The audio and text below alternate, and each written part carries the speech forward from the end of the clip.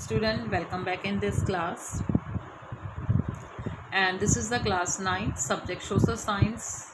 And student, today we are going to start new chapter number 4 of civics, and the topic name is electoral politics, and this is the lecture 1. Student, this chapter we will cover into 5 to 6 lecture. And government have two types: democratic government and non-democratic government. Democratic government provides equality, freedom, and election are held on the basis of free and fair. But in non-democratic government do not provide freedom, equality, and election are not held on the basis of free and fair. And student, in this chapter we will learn about the election process, importance of election in a democratic country.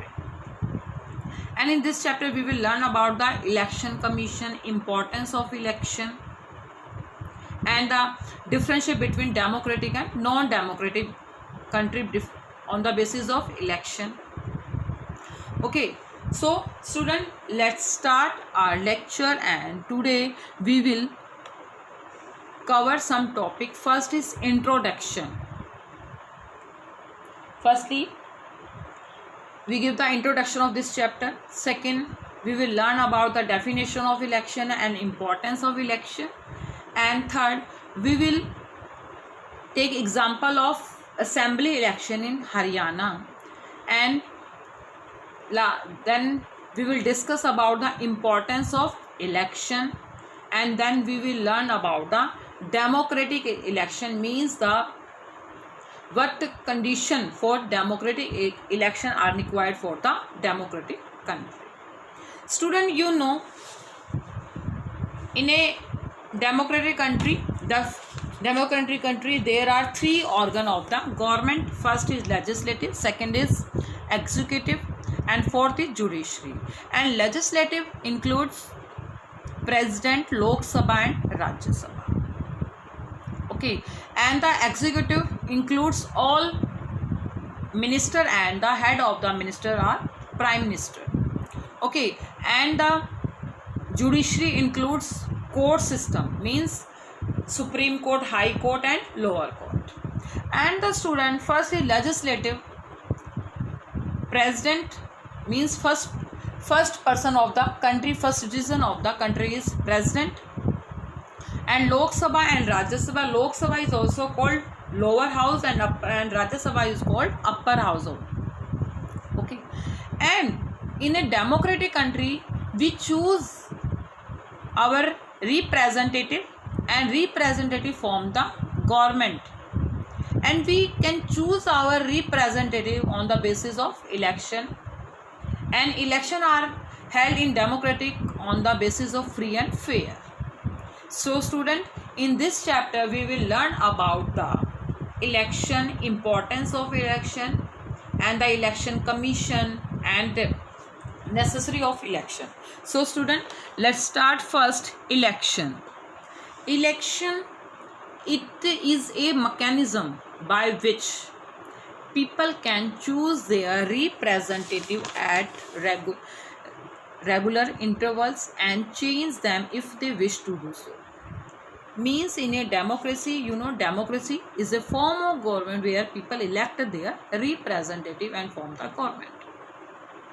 And election is a process by which people can choose their representative at regular basis and free and fair basis, and change them if they wish to do so. Election process है, election एक process है जिसके according क्या है, जो people है वो अपने रिप्रेजेंटेटिव को सिलेक्ट करते हैं on the basis of regular, on the basis of free and fair election, and change them, और उनको क्या है, उनको चेंज भी कर सकते हैं अगर वो उनके अकॉर्डिंग, उनके क्या है अकॉर्डिंग काम नहीं करता, या उनके सोशल वेलफेयर के वर्क के लिए वर्क नहीं करते, तो इलेक्शन के माध्यम से ही, by the method of election, we can choose our representative. And election are a democratic way of selecting representative. And election are a democratic vote, and in a democratic country we need a election to choose our representative.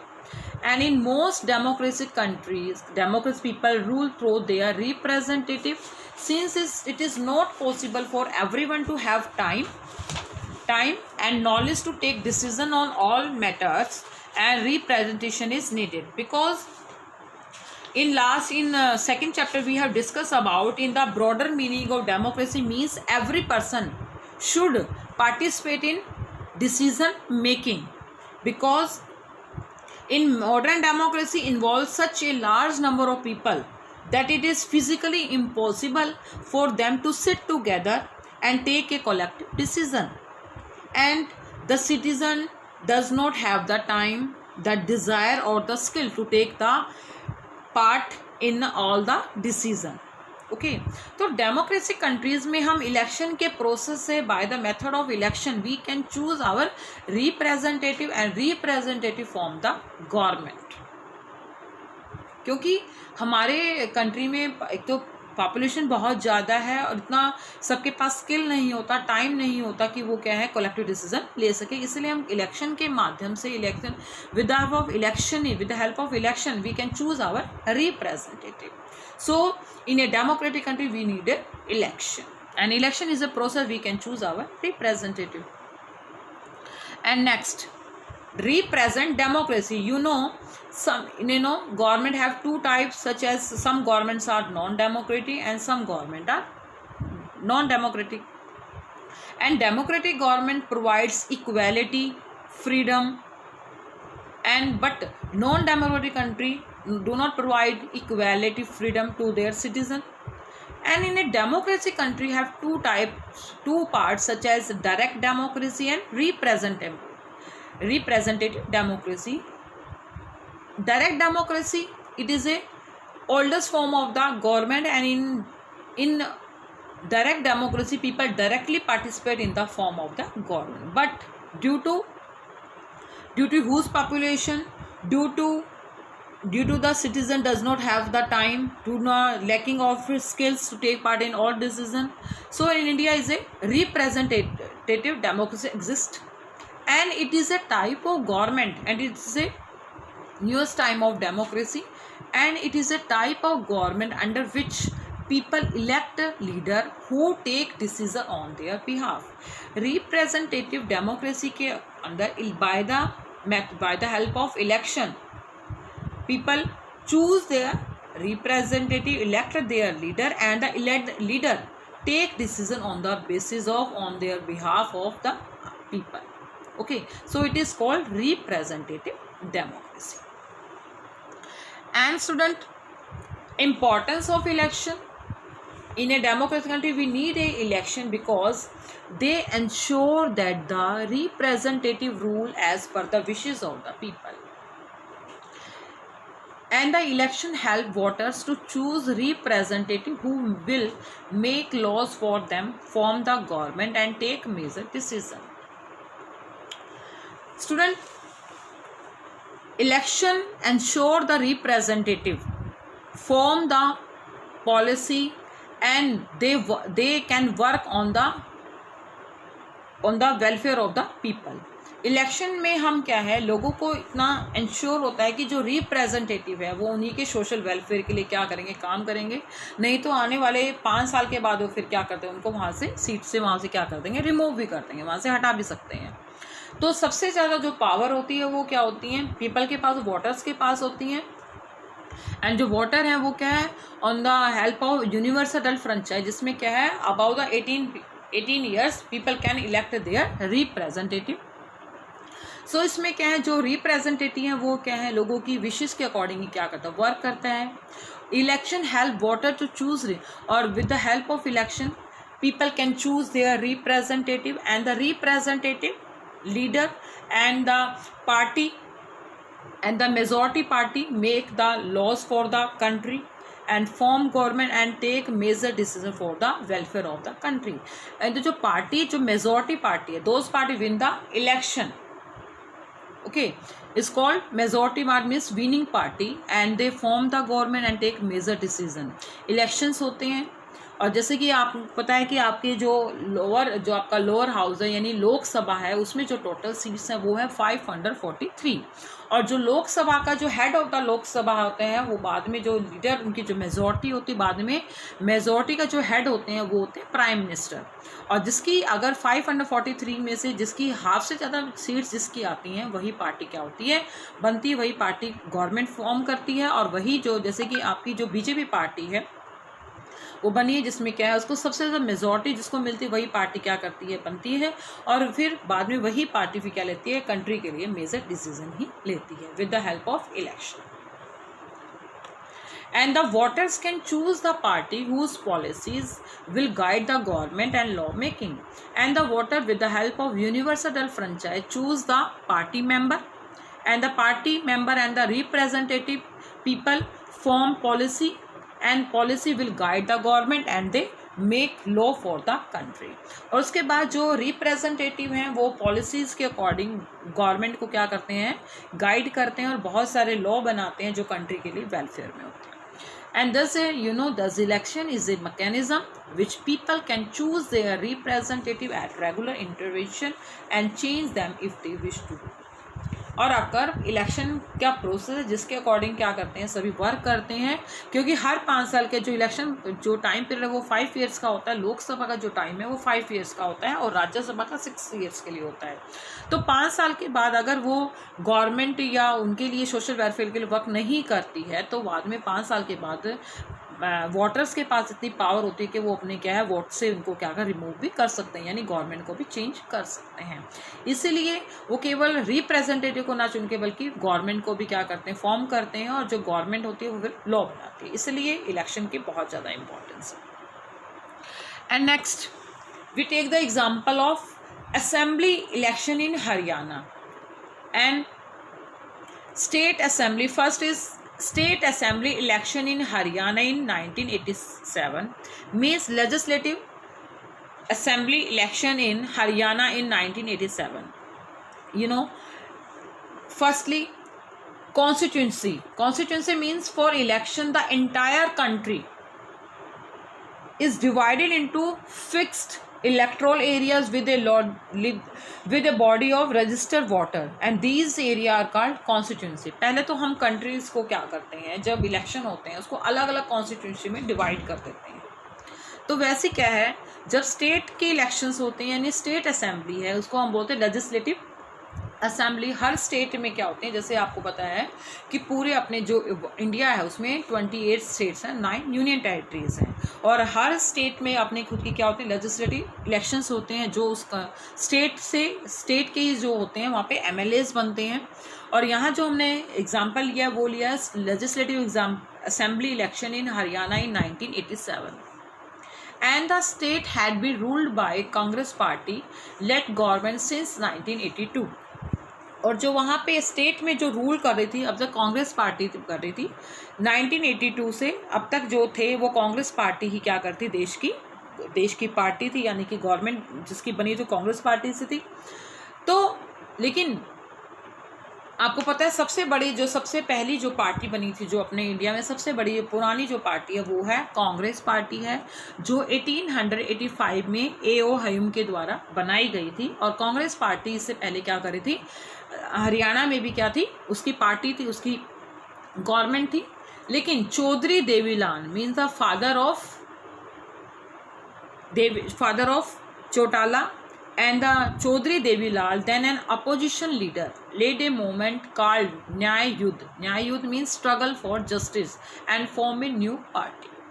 And the Chaudhary Devilal, then an opposition party, means the opposition party of Congress party, and the leader was Chaudhary Devilal, and Chaudhary Devilal formed a new party, and it's called Nyay Yuddh, means struggle for justice. Chaudhary Devilal ji ने अपनी 1982 में क्या की, अपनी खुद की एक क्या है पार्टी बनाई, जिस पार्टी का उन्होंने स्लोगन रखा गया न्याय युद्ध। और उन्होंने इनका मेन पर्पस था स्ट्रगल फॉर जस्टिस, यानी न्याय के लिए क्या करना, स्ट्रगल करना। इसकी वजह से उन्होंने एक नई पार्टी बनाई थी। वो चाहते थे कि कांग्रेस पार्टी को अपने स्टेट से बिल्कुल क्या कर दिया, रिमूव कर दिया जाए। His party joined other opposition party to form a front against the Congress in the elections. और उसकी जो चौधरी देवीलाल जी की जो पार्टी थी, उन्होंने अलग जो अपोजिशन पार्टी थी उनके साथ मिलके अपनी क्या एक पार्टी बनाई और उन्होंने फिर क्या है कांग्रेस के अगेंस्ट जाके क्या के इलेक्शन किए। ओके, यानी अपोजिशन पार्टी में उनकी जो पार्टी वो भी बहुत ज़्यादा क्या हो गई, स्ट्रॉन्ग हो गई थी। And in the election campaign Devilal said that his party won the election, his government would waive the loans of farmer and small businessmen. Campaign यानी कि जब इलेक्शन की जो प्रोसेस होता है, जब लोगों को क्या है वोट देने के लिए प्रमोट किया जाता है, क्या जाता तो चौधरी देवीलाल जी ने अपनी पार्टी में लोगों से ये कहा कि अपनी कंपेन करते हुए यानी कि लोगों से वोट के लिए अपील करते हुए उन्होंने कहा कि अगर हमारी गवर्नमेंट बनती है तो हमारी गवर्नमेंट आते ही हम क्या करेंगे, सारे तरह के जो भी फार्मर पे जो लोन है, जो स्मॉल बिजनेसमैन पे जो भी लोन है, उनको बिल्कुल क्या कर देंगे, ख़त्म कर देंगे। तो इसलिए उन्होंने लोगों को क्या मोटिवेट किया कि वो उनकी पार्टी को क्या दें, वोट दें। And the people were unhappy with existing government. They were also attracted by Devilal promise. और जो 1982 की जो कंडीशन थी, जो गवर्नमेंट थी, कांग्रेस पार्टी की जो गवर्नमेंट थी उस समय, उस वाली पार्टी से जो लोग थे वो बहुत ज़्यादा अनहैप्पी थे, वो भी इस गवर्नमेंट को चेंज करना चाहते थे। एंड इसीलिए वो देवीलाल के जो प्रॉमिस किया था कि वो गवर्नमेंट फॉर्म होते ही लोगों के जो लोन है, जो फार्मर्स के लोन है, जो स्मॉल बिजनेसमैन के जो उनको बिल्कुल क्या कर देंगे, रिमूव कर देंगे। इसीलिए वो उन पे अट्रैक्ट हो गए। So when the election were held they voted in favour of Lokdal and its partner won 76 seats out of 90 seat in state assembly and the total state assembly seat in Haryana is 90 and it is fix by according to the population. And the Lok Sabha में जो आपकी legislative assembly में जो seat है वो है 90 सीटें हरियाणा की। और जिसमें क्या हुआ, उस समय जो इलेक्शन हुए उस समय 76 जो सीट्स आई वो किसकी आई, उसमें से लोकदल की सबसे ज़्यादा मेजोरिटी आई, यानी सबसे ज़्यादा जो फेवर हुआ था वो हुआ था लोकदल का। 90 में से 76 सीट्स आई थी देवीलाल की, जो न्याय युद्ध को के लिए फेवर में थी। तो इस वजह से सबसे जो मेजोरिटी मिली वो मिली चौधरी देवीलाल को। And Lokdal and his partner won 60 seats and had a clear majority in the assembly. Majority यानी कि सबसे ज़्यादा जो लोकदल के वो सिंगल पार्टी जो लोकदल थी उसके पार्टनर को 60 सीट्स मिली और 60 सीट मिली, सबसे ज़्यादा क्लियर मेजोरिटी थी। आपको बताया था कि टोटल जो सीट्स हैं 90, अगर उसमें से 45 से ज़्यादा सीट जिसकी आती हैं तो वही पार्टी क्या होती है, विन कर जाती है। लेकिन यहाँ लोकदल ही पार्टी को केवल 60 सीट ही आई थी, केवल एक सिंगल पार्टी को 60 सीट आई थी और जो उसके साथ जो उसकी पार्टियाँ थी उनको मिलके 76 हुई थी। तो इस वजह से लोकदल को क्या हो गया, clear majority. And the Congress could only 5 seats, और कांग्रेस उस समय के केवल 5 सीट ही मिली थी और जो सीट्स जो रिमूव है वो क्या है, छोटी मोटी जो पार्टी थे उनको क्या है, मिल गई थी। तो कांग्रेस की बहुत बड़ी हार हुई थी 1982 में। And the election result were announced, the sitting minister resign, और इलेक्शन रिजल्ट अनाउंस हुए और जो उस समय के जो करंट मिनिस्टर थे, उस समय जिसमें जो भी मिनिस्टर थे उन्होंने क्या कर दिया था, अपनी पोस्ट से उनको रिज़ाइन कर दिया, क्योंकि वो इलेक्शन क्या हो गए थे, हार गए थे। जब इलेक्शन हारते हैं तो उनको उस समय रिज़ाइन करना पड़ता है। And the newly elected member of legislative assembly of Lokdal choose Devilal as their leader. और बाद में क्या हुआ, मेंबर्स जो थे, मेंबर ऑफ MLAs, क्या कहा था, MLAs स्टेट के जो चुनते हुए क्या बोलते हैं MLAs हैं, उन्होंने फिर अपने चौधरी देवीलाल को क्या बनाया, लीडर बनाया। और लीडर जो बनाया उनको फिर क्या बनाया, chief minister. And the governor of India. जब भी कोई नया चीफ मिनिस्टर बनता है तो उसको गवर्नर हैं वो क्या करवाते हैं, उनको वोट दिलाते हैं, यानी को शपथ दिलवाते हैं। And the government invited Devilal to the new chief minister, उनको बुलाया, उनको क्या इनवाइट किया कि चीफ मिनिस्टर के लिए। And 3 days after election result, और इलेक्शन रिजल्ट डिक्लेयर होने के 3 दिन के बाद चौधरी देवीलाल क्या बन गए थे, हरियाणा के चीफ मिनिस्टर बन गए थे इन 1982। तो ये जो सारे प्रोसेस हैं, ये प्रोसेस होते हैं जिसमें क्या है, जिस भी पार्टी को सबसे ज़्यादा मेजोरिटी होती है वही पार्टी फिर क्या बनाती है, फॉर्म करती है government. he became the chief minister. His government issued a order waiving the outstanding loan of small farmer, agriculture labour and small businessman. उन्होंने कहा कि जो भी पुराने जो आउटस्टैंडिंग यानी जो ड्यू उनके लोन हैं, स्मॉल फार्मर के जो लोन है, लेबरर्स के जो लोन है, बिजनेसमैन के जो लोन है, उनको बिल्कुल क्या कर दिया, रिमूव कर दिया जाए।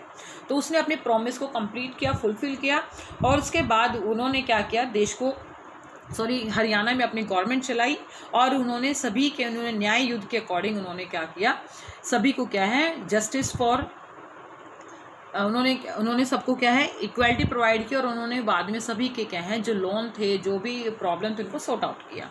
And his party ruled the state for 4 year, और उनकी पार्टी जो यानी कि लोकदल पार्टी थी, उन्होंने हरियाणा में 4 साल तक क्या है, रूल किया, यानी उनकी पार्टी ने 4 साल तक कंट्री को, वो हरियाणा को कंट्रोल किया, यानी कि रन किया। And the next election were held in 1991, but this time his party did not win popular support.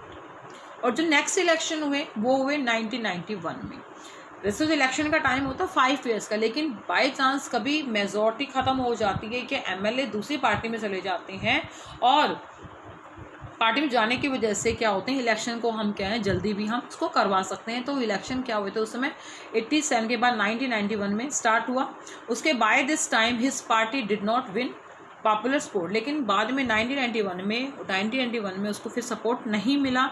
And the Congress won the election and form the government. And 1991 में देवीलाल जी थे, वो क्या है, इलेक्शन हार गए थे, और जो सबसे ज़्यादा जो इलेक्शन में सबसे ज़्यादा वोटिंग जो मिली थी वो कांग्रेस पार्टी को मिली थी।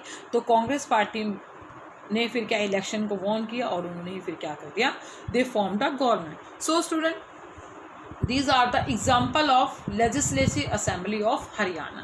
एंड हरियाणा में 90 सीट्स हैं, और जो भी पार्टी 45 से अबव जिसकी सीट्स आती हैं, जिस पार्टी की, वही पार्टी क्या बनाती है, गवर्नमेंट फॉर्म करती है, और फिर वही गवर्नमेंट फिर क्या करती है, स्टेट के लिए फिर रूल बनाती है। ओके, तो these are the process of legislative assembly. And student, why do we need an election? Importance of election and why do we need election in a democratic country? And election are essential for representative democracy. Election की requirement है, एक तो representative democracy, and election help the people to choose their representative, because election, by the help of election, people can choose their representative. So we need election in a democratic country, and election help the people to change their representative if they don't work as per their wishes. इसलिए हमें अपनी country में election की बहुत ज़्यादा requirement है, कि इन्हीं अकॉर्डिंग ये सारी जो फीचर्स हैं, जो इम्पॉर्टेंस है, जो क्या होती हैं, किसी भी कंट्री में हमें क्या होता है, इलेक्शन में, किसी भी डेमोक्रेटिक कंट्री में इलेक्शन की बहुत ज़्यादा रिक्वायरमेंट होती है। And necessary of election, reason of necessary of election. First, the number of the people is very large who cannot sit together every day and take all decision. First तो आपको पता ही है कि एक तो ये इम्पॉसिबल है कि पॉपुलेशन बहुत ज़्यादा होने की वजह से ज़्यादा लोग हैं वो एक साथ नहीं बैठ सकते और वो डिसीज़न नहीं ले सकते। And everyone does not have the time and knowledge to take decision. So we necessary of election in a democratic country, and this problem can be solved through regular election which is a democratic way to select representative. तो सबसे problem को sort out करने के लिए अगर हम किसी को उनके एज के अकॉर्डिंग या उनकी एजुकेशन के अकॉर्डिंग, हम किसी की प्रॉपर्टी के अकॉर्डिंग किसी को अगर हम अपना लीडर बनाते हैं तो वो क्या होते हैं, उसमें हम उनको डिफ्रेंशिएट नहीं कर सकते कि वो बेटर वर्क करेंगे या नहीं करेंगे। तो इन सब का जो सोल्यूशन है वो क्या है, इलेक्शन है। और by the help of election in a democratic country, people elect their representative.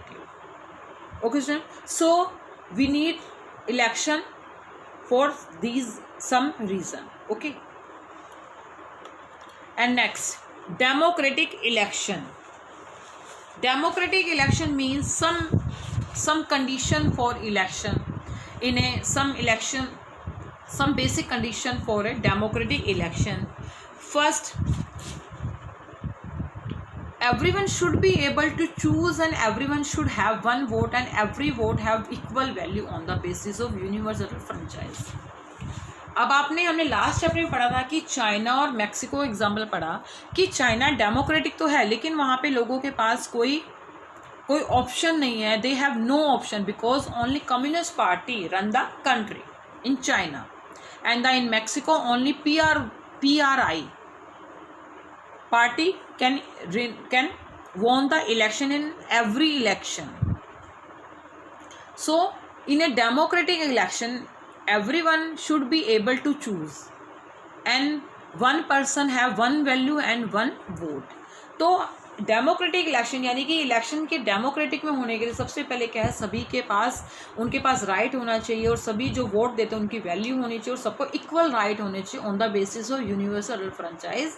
Means above the 18 years person then they give their vote to their representative. Okay तो इलेक्शन में क्या है, सभी को इक्वल अपॉर्चुनिटी होनी चाहिए, राइट होना चाहिए और सभी को क्या है वोटिंग राइट्स प्रोवाइड किए जाने चाहिए और उनके सामने चूज करने के लिए भी रिप्रेजेंटेटिव होना चाहिए. And there should be parties and candidate to choose from freedom to contest election wide choice of people. And there should party, बहुत सारी पार्टीज़ होनी चाहिए, उनके डिफरेंट पार्टीज़ हो क्या ताकि वो उनमें क्या है डिफ्रेंशिएट कर सके, लोगों का फ्रीडम होनी चाहिए. जैसे हमने अभी एग्जांपल पढ़ा कि चाइना और मैक्सिको में देखा कि लोगों को क्या है प्रेशराइज करके केवल एक ही पार्टी को क्या एक ही पार्टी जिसको हमेशा क्या है वोट देना पड़ता था वोटर्स को, उनके पास कोई चॉइस नहीं थी.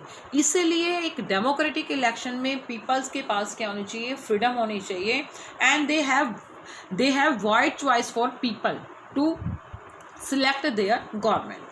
And election must be held at regular basis after every 5 years. Election should be held at regular basis.